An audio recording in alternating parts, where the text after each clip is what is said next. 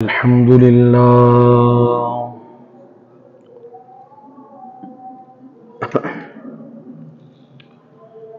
الحمد لله رب العالمين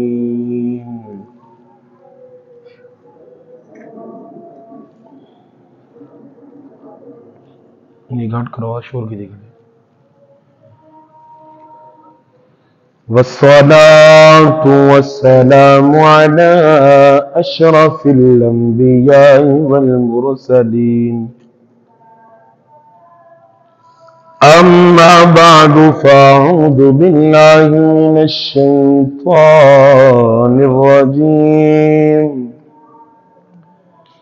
بسم الله الرحمن الرحيم يا أيها الذين آمنوا توبوا إلى الله توبة نصوحا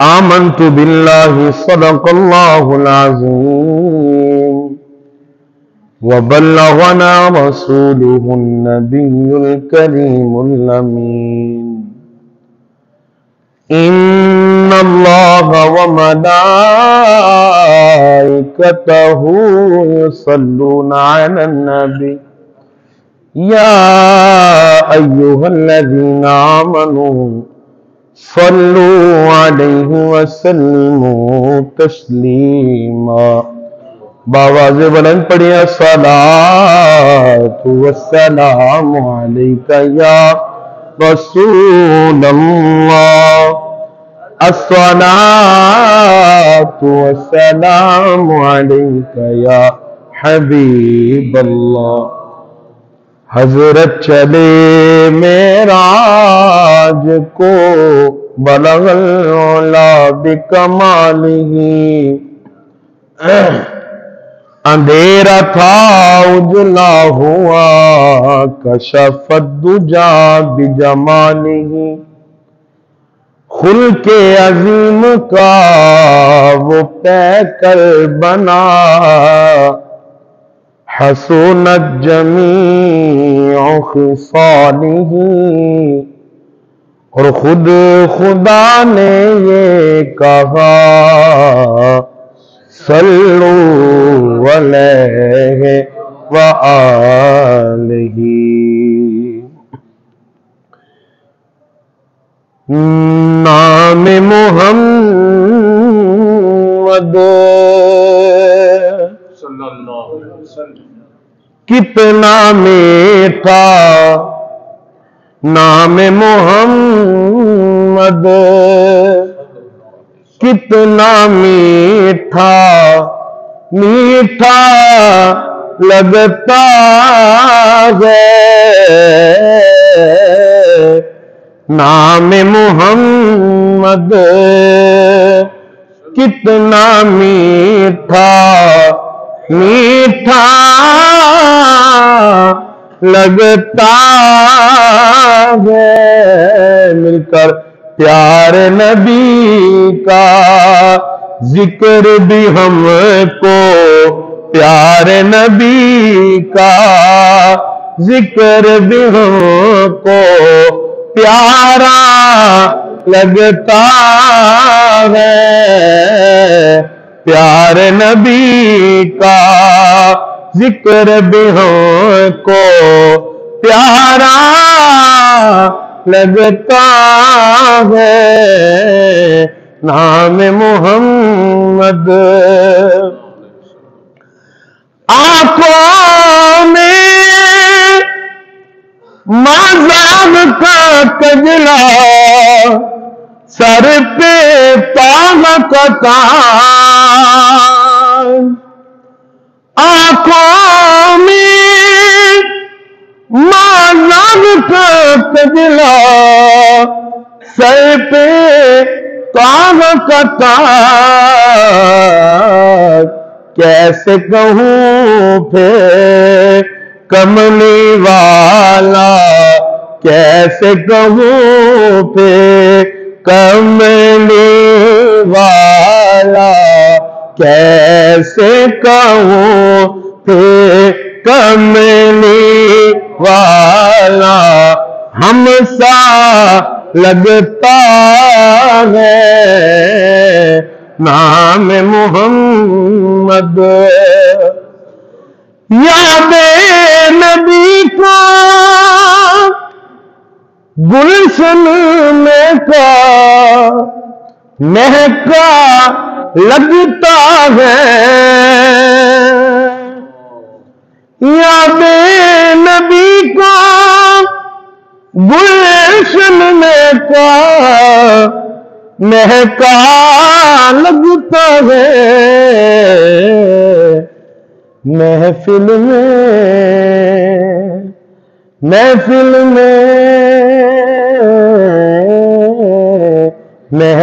میں موجود ہے آقا ایسا لگتا ہے محفل میں موجود ہے آقا ایسا لگتا ہے نام محمد کتنا میٹھا میٹھا لگتا ہے نام محمد تکبیر نعرہ رسالت نعرہ حیدری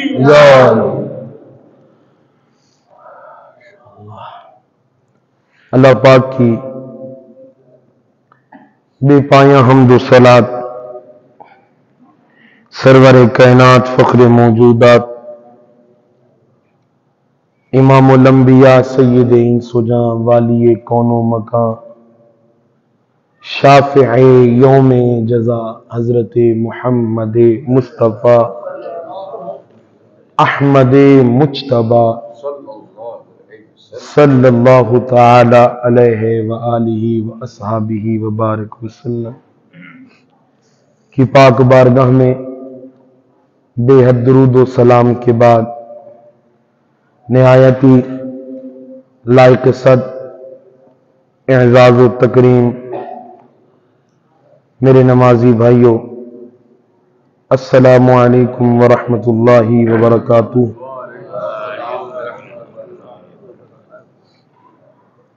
اللہ تبارک و تعالی کا خاص فضل خاص احسان کہ اس خالق و مالک کے کرم سے ایک بار پھر خلاق کے کائنات کی بارگاہ میں جمع ہیں۔ دعا فرمائے اللہ تبارک و تعالی ہم تمام کا مل بیٹھنا اپنی بارگاہ میں قبول فرمائے۔ اللہ تبارک و تعالی عظیم بابرکت دن کی برکتیں ہم تمام کو نصیب فرمائے۔ الحمدللہ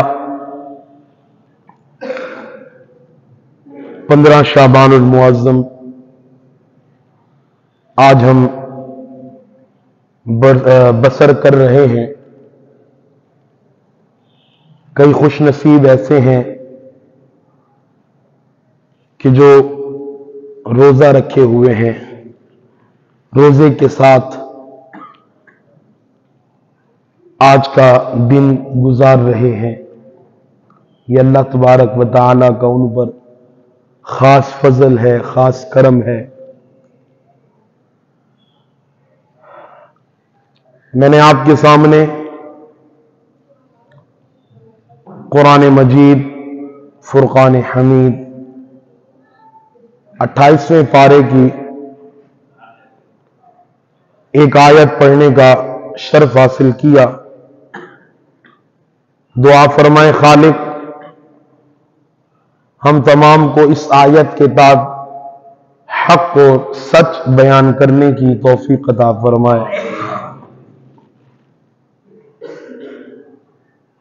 یہ جو آپ پیچھے پیچھے بیٹھے ہیں یہ آگے کی صفیں پہلے پر کر لیا کریں تاکہ ایک جو ہے نا وہ آپ آگے کی صفوں میں آپ کو جگہ مل جائے. آپ آتے بھی پہلے، آپ کا حق زیادہ بنتا ہے کہ آپ پہلی صفوں میں آئیں.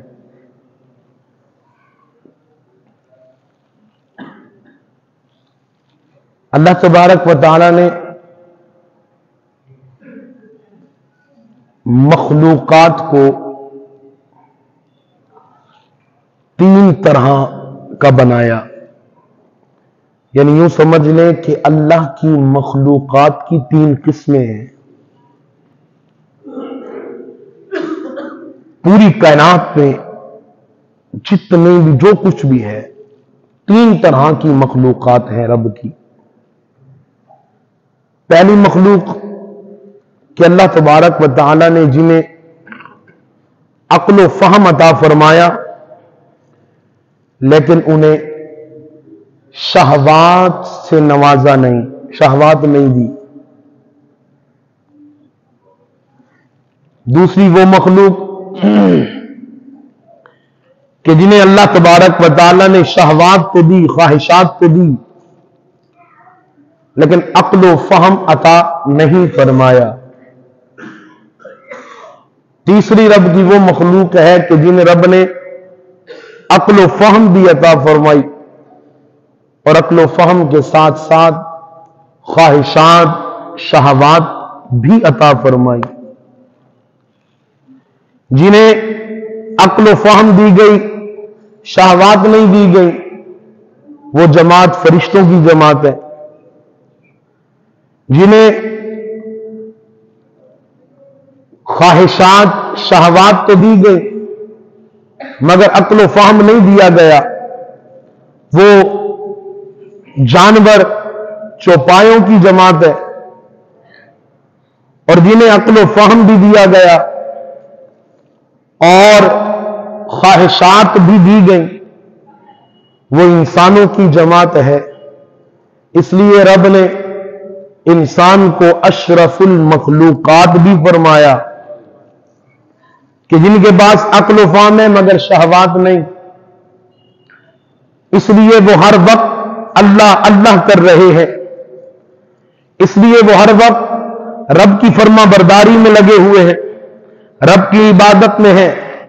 فرشتوں کی ایک جماعت قیام کر رہی ہے، فرشتوں کی دوسری جماعت رکوع کر رہی ہے، تیسری جماعت قومے میں کھڑی ہے. فرشتوں کی ایک جماعت سجدے میں ہے، دوسری جلسے میں ہے. فرشتوں کی ایک جماعت التحیات میں ہے. کوئی سبحان اللہ و بحمدہ سبحان اللہ العظیم پڑھ رہا ہے، کوئی سبحان اللہ والحمدللہ ولا الہ الا اللہ واللہ اکبر پڑھ رہا ہے. اور کوئی 1000 فرشتے ایسے بھی ہیں کہ جن کی یہ ڈیوٹی ہے کہ صبح و شام، کچھ فرشتے صبح کچھ فرشتے شام میرے نبی کی بارگاہ میں جانا ہے اور صلاۃ و سلام عرض کرنا ہے.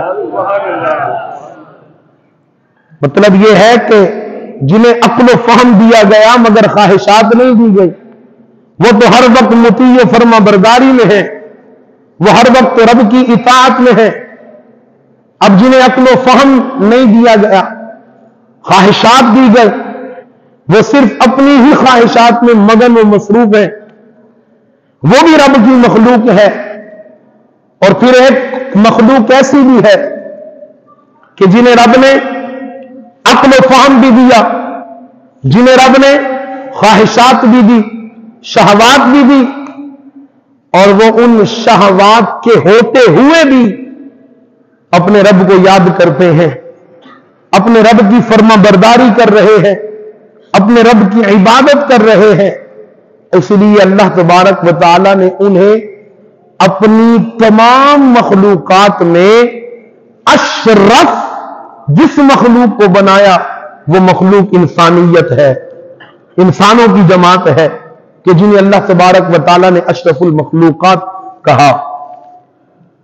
پھر جب انسان کے پاس عقل و فہم بھی ہے اور ساتھ میں خواہشات بھی ہیں، پھر انسان کچھ ایسے ہیں کہ جو بالکل ڈائریکشن پہ چل رہے ہیں اور کچھ ایسے بھی ہیں کہ جو کبھی بھٹک جاتے ہیں، کبھی چل پڑتے ہیں راہ راست پہ، دائیں بائیں ہو جاتے ہیں۔ یاد رکھیں جو ڈائریکشن پہ چل رہے ہیں وہ تو ڈائریکشن پہ ہی ہے، وہ تو اپنی منزل مقصود کی طرف رواں دواں ہے، نہ وہ دائیں متوجہ ہوتے ہیں نہ بائیں، وہ تو سیدھی راہ پہ ہے۔ لیکن جو دائیں بائیں ہو جاتے ہیں، کبھی بھٹک جاتے ہیں، پھر اللہ تبارک و تعالی نے ان کے لیے بھی ایک راستہ عطا فرمایا کہ اے میرے محبوب، جب آقا علیہ الصلوۃ والسلام نے اپنی امت کے گناہ دیکھے، سرکار پریشان ہوئے، اللہ تبارک و تعالی نے فرمایا محبوب پریشان کیوں ہیں؟ عرض کی باری تعالی جو تیری فرما برداری میں ہے وہ تو جنت میں جائیں گے ہی جائیں گے، لیکن جو گناہوں کی لت میں ہے میرے امتی، جو گناہگار ہیں، گناہ کرتے ہیں، میں ان کے لیے پریشان ہوں۔ ارشاد فرمایا موت آنے سے پہلے، موت آنے سے پہلے جب بھی ان سے گناہ ہو جائے، صدق کے دل سے میری بارگاہ میں آ جائیں، میری بارگاہ میں رجوع کریں، میری بارگاہ میں توبہ کریں۔ ارشاد فرمایا اگر ان کے گناہ سمندر کی جھاگ سے بھی زیادہ ہو تو میں خدا ان کے سارے گناہ معاف فرما دوں گا۔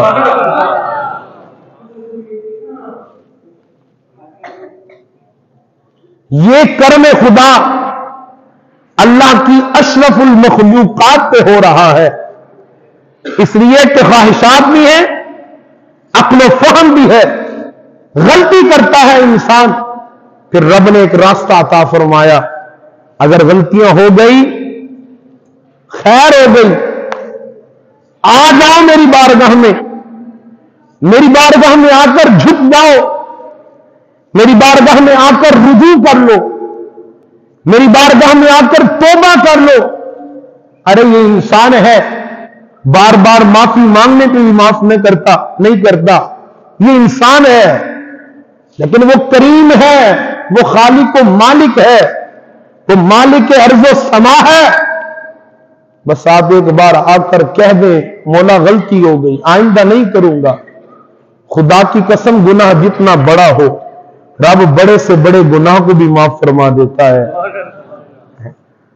رسالت مآب صلی اللہ علیہ وسلم اللہ کی رحمت کی وسعت کو بیان کر رہے تھے کہ خدا کی رحمت کتنی وسیع ہے، اسے بیان کرتے ہوئے ارشاد فرمایا اللہ نے رحمت کے 100 حصے فرمائے۔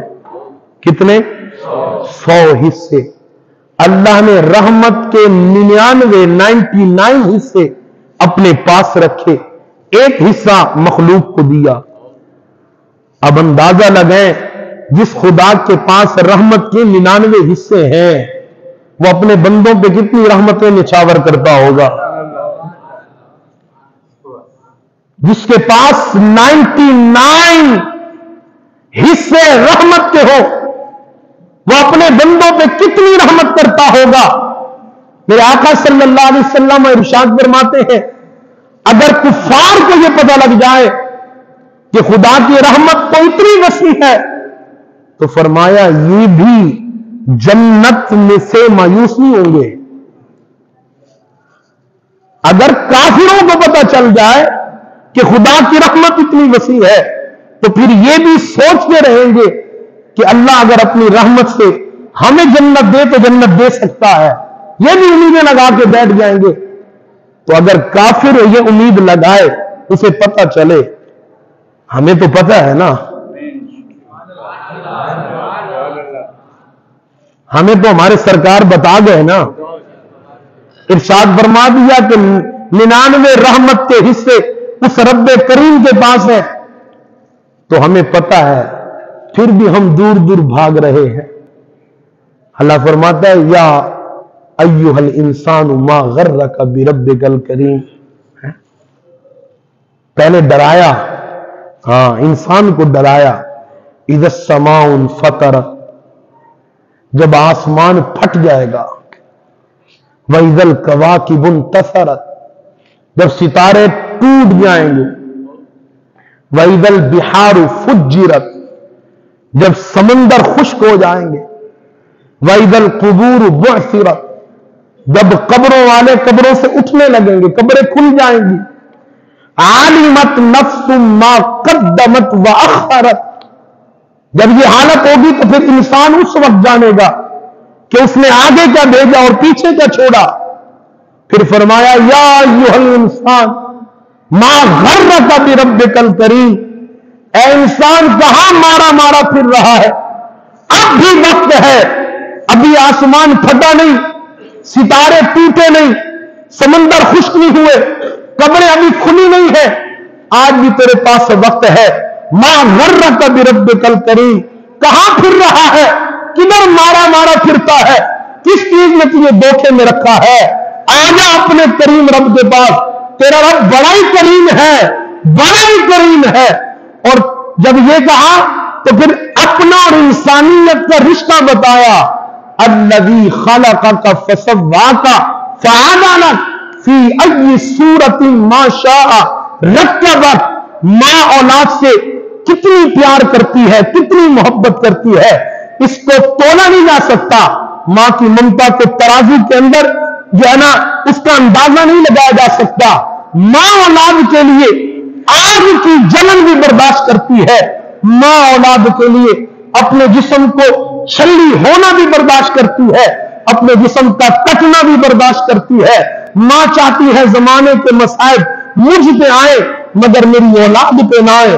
اگر میاں مصیبتیں اولاد پہ گر رہی ہو تو ماں باپ اپنے کندھوں پہ لے لیتے ہیں، اپنے سر مصیبتیں لیتے ہیں مگر اولاد کو راحت پہنچاتے ہیں. ماں اولاد سے محبت اس لیے کر رہی ہے کہ اس نے اسے دنیا میں لایا پیدا کر کے. ارے جس ماں نے تمہیں دنیا میں لایا وہ آپ سے اتنا پیار کرتی ہے. جس خدا نے تمہیں اپنے کرم سے بنایا، تمہاری صورت بنائی، تمہاری شکل بنائی، تمہاری حیات بنائی، تمہارے لیے ممات بنائے، تمہارے لیے پوری کائنات سجائی، اب بتاؤ وہ خدا آپ سے کتنا پیار کرتا ہوگا. ماں کی ممتا کو تولا نہیں جا سکتا اگر، تو پھر خدا کی رحمت کو کیسے تولا جا سکتا ہے. آپ وہ جملہ سنتے رہتے نا کہ اللہ اپنے بندے سے 70 ماؤں سے بھی زیادہ پیار کرتا ہے. وہ کون سی 70 مائیں؟ میں اکثر کہتا رہتا ہوں، صوفیاء فرماتے ہیں کہ یہ دنیا کی جو مائیں ہیں، دنیا کی ساری مائیں، کائنات کی ساری مائیں، ان ساری ماؤں کی ممتا ملائیں اللہ کی وہ جو فرمایا نا 70 ماؤں سے زیادہ پیار کرتا ہے، ان ساری ماؤں کی ممتا بنائے تو اللہ جس ممتا سے پیار کرتا ہے، جس محبت سے، وہ ایک بنتی ہے. سمجھ آ رہی؟ ساری کائنات کی ماؤں کی محبت اور اللہ کی ایک محبت. اللہ ایسی، یہ ایک ایسی 70 ماؤں سے زیادہ اپنے بندے سے پیار کرتا ہے. یار وہ رب تھوڑی نہ چاہتا ہے کہ ہم آگ میں جلیں،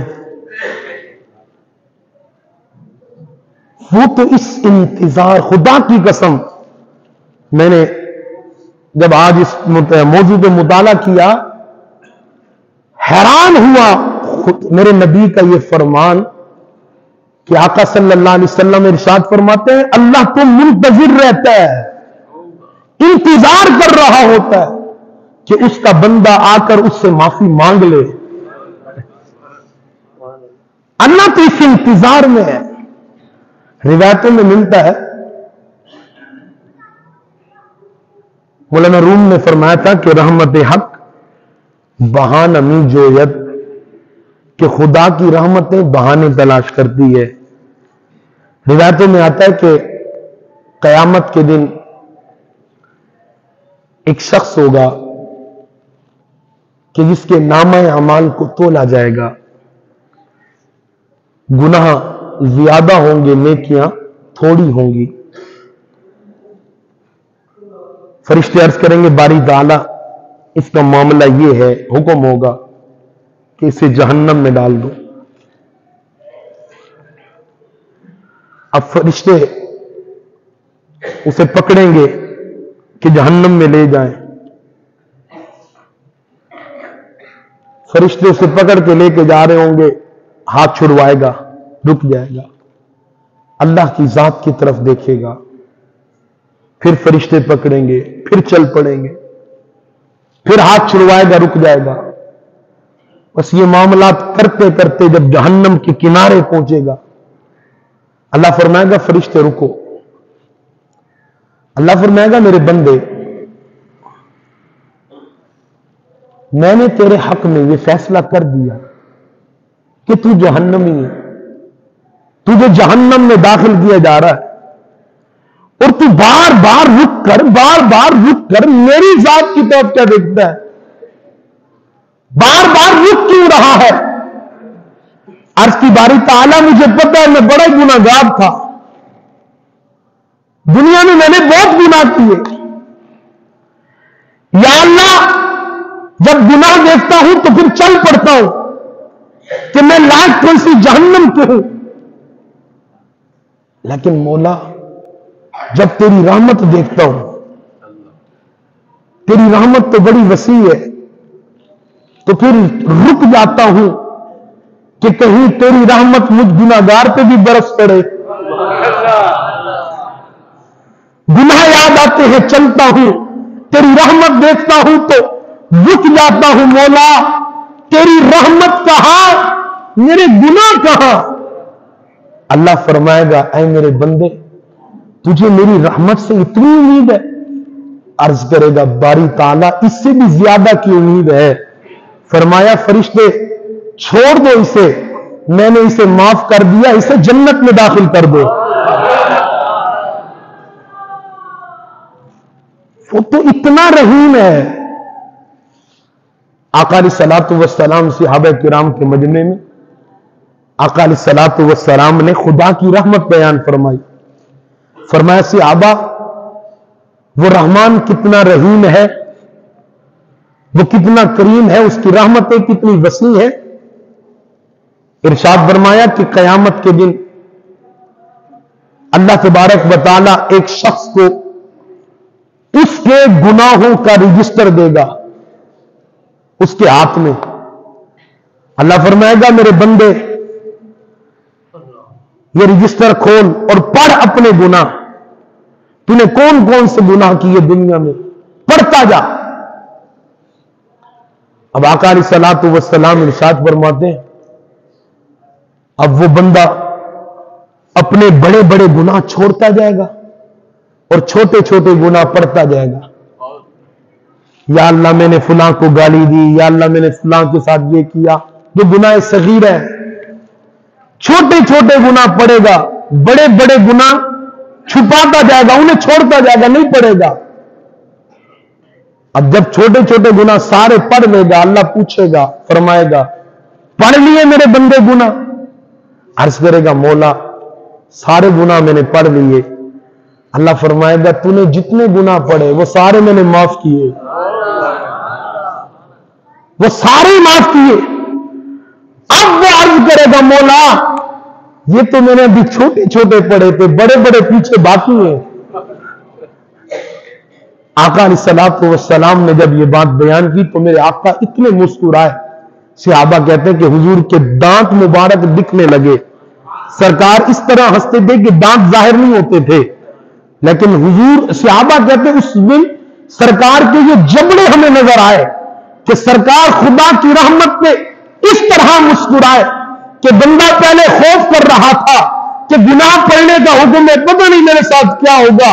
جب خدا کی رحمت دیکھی فرمایا جو بھی تو نے پڑھے معاف کیے. اب عرض کرے گا مولا بڑے بڑے تو ابھی بھی پیچھے ہیں, روایت تو یہاں ختم ہے, لیکن ہمارا ایمان اس خدا کی رحمت پہ اتنا ہے کہ اللہ پھر فرمائے گا میرے بندے بڑے ہیں تو کیا ہوا, جا وہ بھی معاف کیے.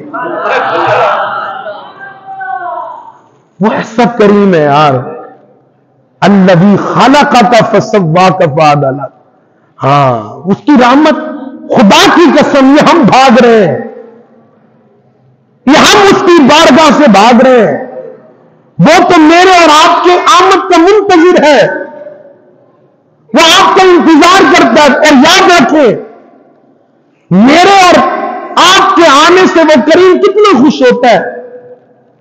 سرکار دو عالم صلی اللہ علیہ وسلم نے صحابہ کرام کے مجمع ارشاد فرمایا اے میرے صحابہ جب کوئی بندہ اللہ کے سامنے رجوع کرتا ہے توبہ کرتا ہے پتہ ہے وہ خدا کتنا خوش ہوتا ہے. عرض کی یا رسول اللہ پتہ نہیں. آپ ارشاد فرمائیں. آقا فرماتے ہیں اس کو مثال سے سمجھو. سرکار نے مثال دی. فرمایا ایک شخص صحرا کے اندر سفر کر رہا ہے.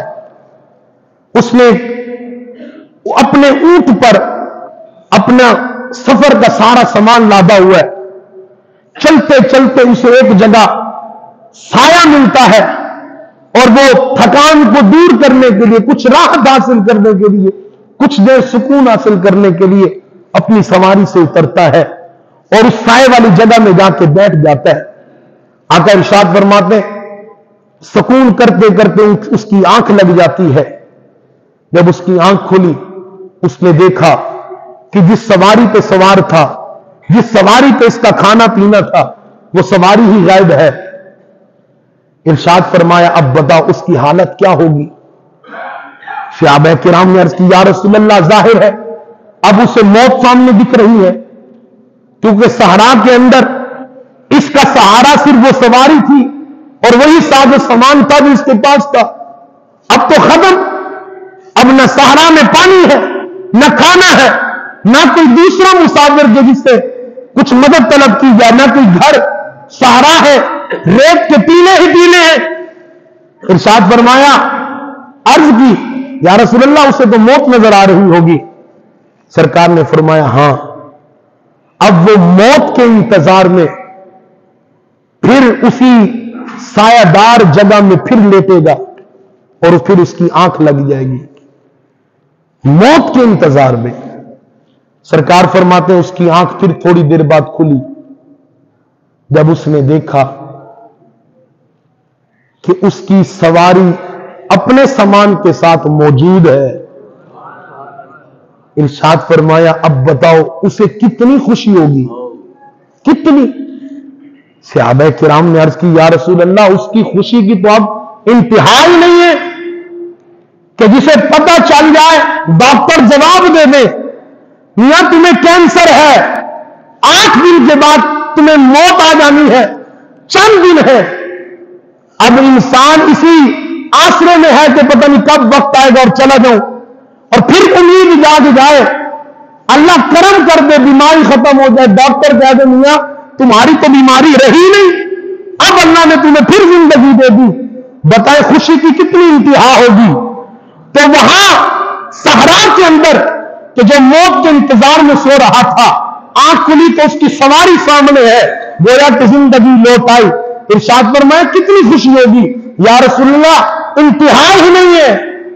ارشاد فرمایا اتنی خوشی اس صحرا میں موجود شخص کو اس کی سواری ملنے پر نہیں ہوتی جتنی خوشی رب کا بندہ جب اس کی بارگاہ میں توبہ کرتا ہے اللہ اس سے بھی زیادہ خوش ہوتا ہے. اور رب ہے کتنا رحیم ہے. حضرت موسیٰ علیہ السلام کا دور ہے قحط سالی پڑی لوگ بھوک سے مر رہے ہیں کھانے پینوں کو کچھ نہیں بارش برس نہیں رہی. ساری مخلوق حضرت موسیٰ کے پاس اے اللہ کے نبی آپ دعا کریں یہ قحط سالی ختم ہو کرم کریں. حضرت موسیٰ علیہ السلام نے کہا تم صفیں بناؤ بیٹھو یہاں. اللہ کی بارگاہ میں سارے مل کے دعائیں کرتے ہیں. اب سارے دعائیں کر رہے ہیں تو مولا بارش عطا فرما. اللہ کے نبی بھی دعا کر رہے ہیں مولا بارش عطا فرما لیکن بارش ہے کہ برستی نہیں. اللہ تبارک و تعالیٰ نے حضرت موسیٰ سے فرمایا موسیٰ جتنی بھی دعائیں مانگتے رہو تمہاری دعا بھی قبول ہوگی. عرض کی مولا کیوں؟ فرمایا تمہاری ان صفوں میں ایک ایسا بھی شخص ہے کہ جس نے ساری زندگی گناہ کیے ساری زندگی خطائیں کی ساری زندگی لغزشات اور نافرمانیوں میں ڈوبا رہا کبھی اس نے نیکی نہیں کی. میں اس کی وجہ سے بارش نہیں دے رہا اگر اس علاقے سے یہ چلا جائے، اگر تم اسے یہاں سے نکال دو تو پھر میں تم پہ اپنی رحمت برسا دوں گا۔ اب حضرت موسیٰ علیہ السلام نے اعلان فرمایا کہ یہاں ایک ایسا شخص بھی ہے کہ جس نے ساری زندگی گناہ کیے، ساری زندگی رب کی نافرمانی، فلاں گناہ فلاں گناہ فلاں سارے گنوائے، کہا اٹھ جائے وگرنہ میں نام لے لوں گا۔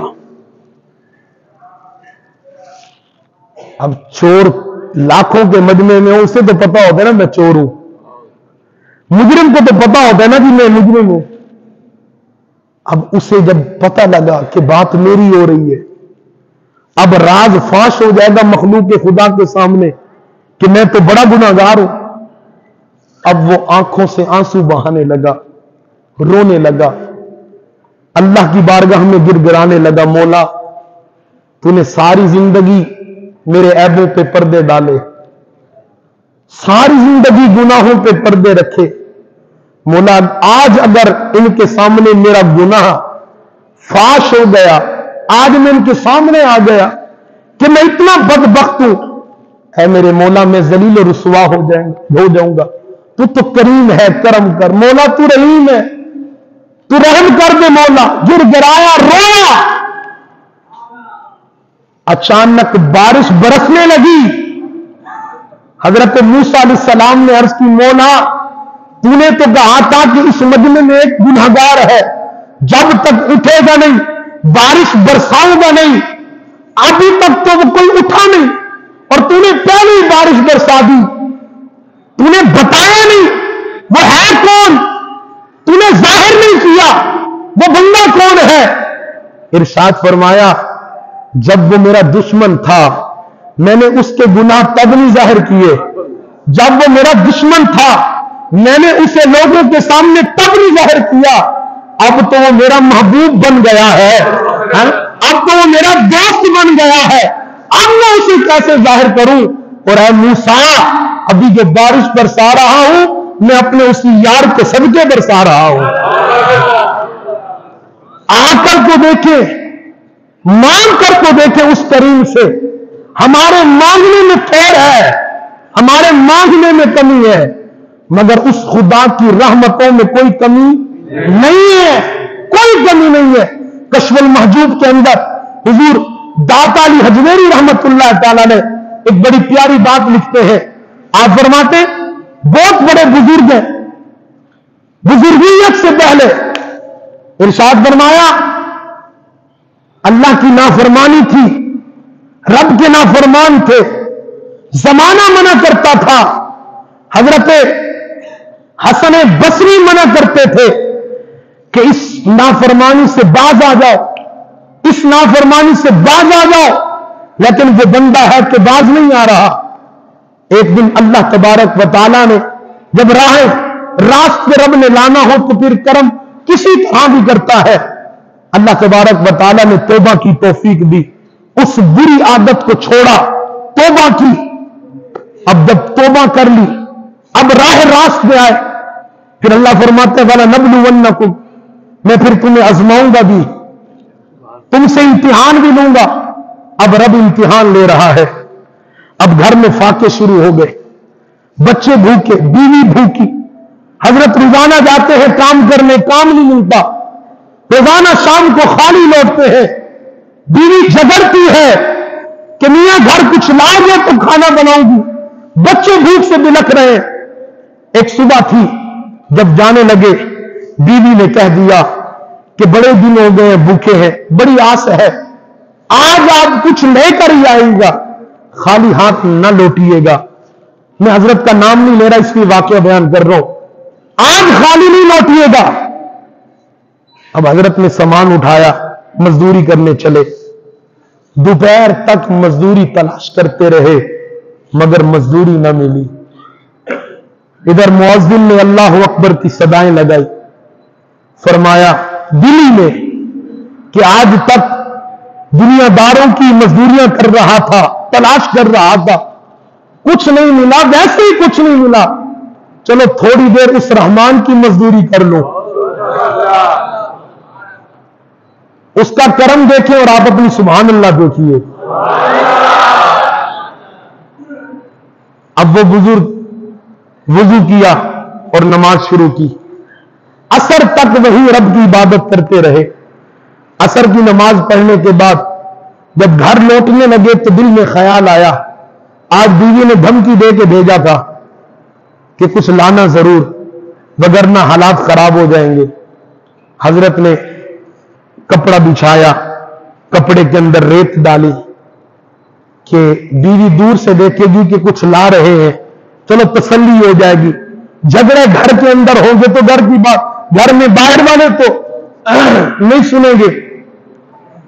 اب حضرت ریت لا رہے دور سے. بیوی پہلے بیوی یہ تھی کہ انتظار کرتی تھی، لیکن آج بیوی انتظار نہیں کر رہے. حضرت گھر تشریف لائے. اب دیکھ رہے ہیں کہ آج گھر میں امن ہے، سکون ہے. پہلے انتظار ہوتا تھا، آتے ہی سوال ہوتے تھے کہ جی کیا لائے، لیکن آج گھر میں سکون ہے. میں نے آواز دی بھی کہا ہے، اندر سے جواب آیا ہاتھ دھوئیں بیٹھے، میں کھانا لگاتی ہوں بیٹھے. حضرت کہتے ہیں میں حیران ہوا کہ میں تو کچھ لایا نہیں اور میری بیوی کا کردار بھی بڑا اجالا، اور یہ ساز و سامان کہاں سے، یہ رونقیں کہاں سے برس رہی ہیں. آپ فرماتے ہیں میں بیٹھا، میری بیوی نے میرے سامنے طرح طرح کی نعمتیں رکھی. میں حیران ہوا کہ یار اتنی اعلیٰ نعمتیں میں تو آج تک لایا نہیں، یہ کہاں سے آئی. میں نے اس سے پہلے کہ میں سوال کرتا، میری بیوی نے کہا پتہ نہیں آج آپ کس کی مزدوری پہ چلے گئے، آج اتنا سامان آیا، اتنی نعمتیں، میں حیران ہوں. پہلے بہت آ گئی ہے، اب پتہ نہیں آپ کیا لائے ہیں. ارشاد فرماتے ہیں حضرت حسن بصری اور حضور داتا علی حجویری رحمت اللہ علیہ کہ وہ بزرگ کپڑے کے اندر ریت لائے تھے بیوی کے ڈر سے کہ کہیں باہر شور شرابہ نہ ہو، میری عزت کا بیڑا غرق نہ ہو. ارشاد فرماتے ہیں حضور داتا علی حجویری کہ وہ خاتون اٹھی کہ پہلے بھی نعمتیں بہت آ گئی، اب پتہ نہیں آپ کیا لائے. وہ بزرگ تو کپڑا لائے تھے اور کپڑے میں ریت لائے تھے. جب وہ خاتون کپڑا کھولتی ہے، اللہ تبارک و تعالیٰ نے اس ریت کو سونے میں تبدیل کر دیا.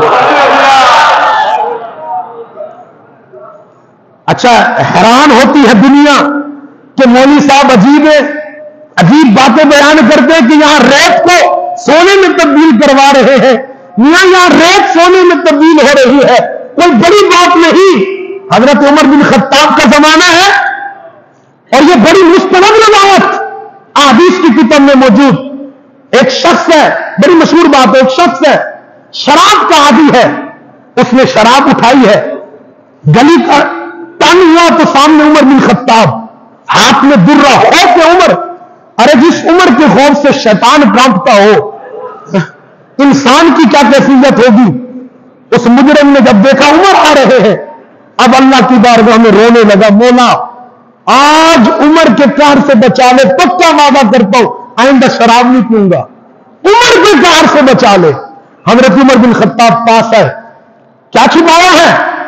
حضرت بھی کچھ نہیں. کیا ہے؟ حضرت بھی کچھ نہیں، یہ سرکہ ہے.